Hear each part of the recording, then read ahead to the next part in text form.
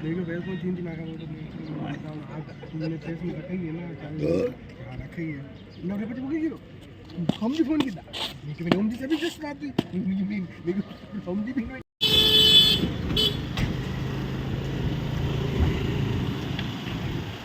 सचिन पायलट जिंदाबाद, सचिन पायलट जिंदाबाद, सचिन पायलट जिंदाबाद, रघुवीर सिंह मीणा जिंदाबाद, रघुवीर सिंह मीणा जिंदाबाद, सचिन पायलट जिंदाबाद, सचिन पायलट जिंदाबाद।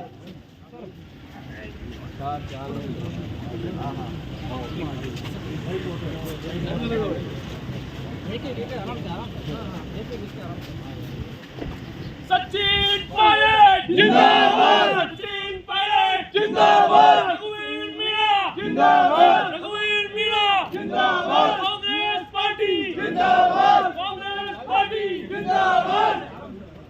थोड़ा सा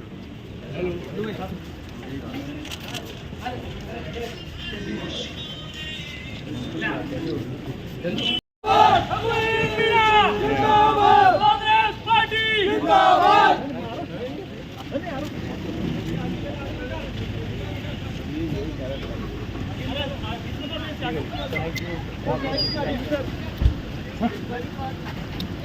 बीजेपी का जो अच्छी समय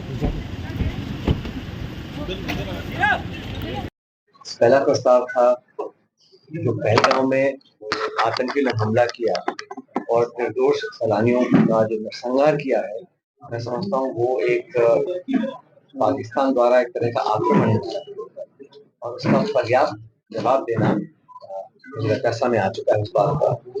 और कांग्रेस पार्टी ने और समूचे विपक्ष ने निसंकोच भाव से और पूरी ताकत के साथ सरकार को समर्थन दिया है। जो भी उचित कार्रवाई करनी है सरकार को करनी चाहिए। और मुझे लगता है कि एक परंपरा रही है देश के अंदर, जब हिंदुस्तान की संसद पर आक्रमण हुआ था, वाजपेयी जी प्रधानमंत्री थे, उस समय सोनिया गांधी जी नेता प्रतिपक्ष थे और उन्होंने सदन के पटल पे कहा कि भारत की संसद पर जो हमला किया है वो लोकतंत्र पर हमला है।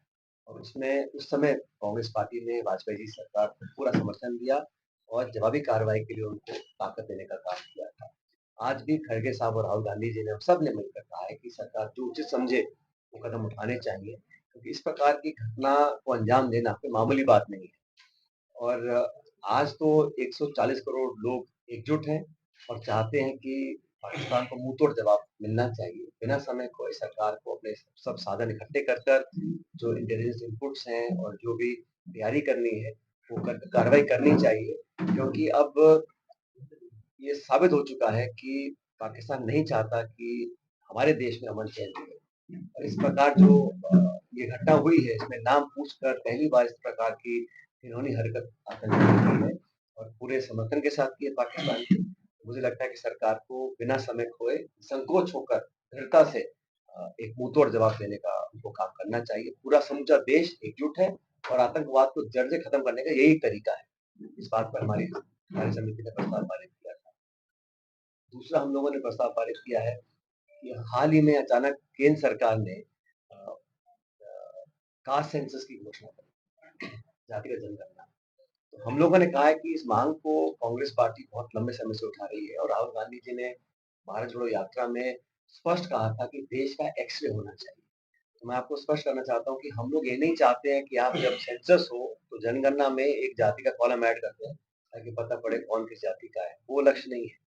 हमारा मकसद है कि इस देश में बहुत बड़ा मुल्क है, किस हालात में लोग और परिवार रह रहे हैं, उनकी शैक्षिक, उनकी आर्थिक, उनकी आमदनी, उनके रोजगार, सरकार की योजनाओं का लाभ उनको मिला है नहीं मिला, उनका पॉलिटिकल इन्वॉल्वमेंट कितना है। तो उन लोगों की भागीदारी सुनिश्चित करने के लिए हम लोग चाहते हैं डेटा हमारे पास।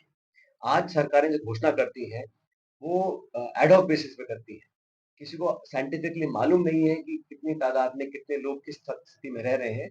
अंदाजे के हिसाब से लोग अपना बजट की घोषणा करना, पैसा आवंटन करना, नीति निर्माण करना, इस प्रकार के काम करते हैं। तो जब तक हमारे पास डेटा नहीं आएगा हम लोग उनकी भागीदारी सुनिश्चित नहीं कर पाएंगे। और करोड़ों करोड़ लोग ऐसे हैं जो आज मुख्य धारा से बाहर है, उनको अंदर लाने के लिए, एक समानता लाने के लिए और एक साइंटिफिक अप्रोच हम लोग चाहते हैं सरकार अडॉप्ट करे। इसलिए हमने अपने रेजोल्यूशन में भी कहा है कि सेंसस जो हो पारदर्शी तरीके से, और बीजेपी को जुमला देने की बहुत आदत है। उन्होंने जुमला दिया महिला आरक्षण का, कब लागू करेंगे पता किसी को नहीं। तो हम चाहते हैं कि समय सीमा बांध कर इस सेंसस को ये लोग तैयारी से लेकर आए और उसमें इन्वॉल्वमेंट रखें, डेटा साइंटिस्ट की, सोशल साइंटिस्ट की, एनजीओज की, विपक्ष की, पक्ष की, सब मिलकर एक टेक्नोलॉजी का प्रयोग कर कर जल्द से जल्द एक पुख्ता साइंटिफिक डेटा हमारे पास अवेलेबल हो, ताकि राज्य सरकार और केंद्र सरकारें मिलकर एक पॉलिसी ऐसी इम्प्लीमेंट करें ताकि जो वंचित रह गए हैं उन तक हम लोग पहुंच सकें। कई बार बजट ज़्यादा है, कहाँ कम करना है, कहाँ स्कीम्स चालू करनी है, नहीं करनी है, ये सब एक साइंटिफिक तरीके से होगा। इसीलिए हम लोग चाहते हैं कि सेंसस किया जाए। और आप सब जानते हो कि बीजेपी ने पिछले 11 साल में लगातार इस कास्ट सेंसस का विरोध किया। इनके मंत्री, इनके संतरी, इनके मुख्यमंत्री सब लोगों ने कहा कि कांग्रेस की जो मांग है व्यवहारिक नहीं है और देश को बांटने का काम करते हैं। वो नारे याद होगा आपको, बटोगे तो कटोगे, एक है तो सेफ है, ये सब बातें भाजपा बोलती थी। और कांग्रेस पार्टी को, राहुल जी को बोलते थे कि अर्बन नक्सल, ये जाति जनता की बात, जाति की बात करते हैं। हमारा उद्देश्य ये है कि देश का एक सेकुलर पता पड़े कौन किस हालत में है और हर वर्ग को इस देश में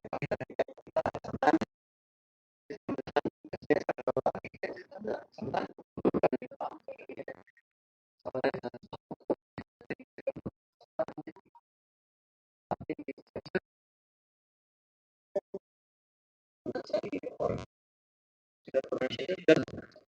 ये तो प्रकार हमने आज के विरोध में इलेक्शन किस तरह का कार्यक्रम ये निर्णय सरकार का है। लेकिन मैं चाहता हूँ कि क्योंकि एक्शन सरकार ले निर्णायक हो और दुनिया को लगना चाहिए। आप राहुल गांधी जी ने चिट्ठी लिखी है, खरगे ने चिट्ठी लिखी है कि संसद का विशेष सत्र बुलाना चाहिए। हम चाहते हैं कि पूरे विश्व को पता पड़े कि भारत एकजुट है आतंकवाद के खिलाफ। पाकिस्तान जो आतंकियों का जगह बन गई है, स्टेट स्पॉन्सर टेरर को करते हैं, तो हम लोग चाहते हैं विशेष सत्र बुलाया जाए इस मुद्दे पर लेकर। आपको याद होगा 1994 में पार्लियामेंट में संसद के अंदर टेक्नोलॉजी की सरकार थी, कांग्रेस सरकार थी, हम लोगों ने सर्वसम्मति से प्रस्ताव पारित किया था कि पीओके को वापस किया जाए। 1994 में किया था। तो हम चाहते हैं इस प्रकार का सत्र बुलाया जाए ताकि जो पूरा विपक्ष है, ये लोकतंत्र की खूबी है। भारत पर अगर आक्रमण होता है और लोग आके आके देखते हैं तो उनको मुंह पर जवाब देने के लिए पूरा भारत एक है। हमारे लोग वैचारिक हो सकते हैं पॉलिटिकल, लेकिन इसके लिए सब एक है और ये संदेश सत्र बुलाने के बाद जाता है। तो हम चाहते हैं विशेष सत्र बुलाते हैं, पूरा विश्व देखता है कि भारत एकजुट है आतंकवाद के खिलाफ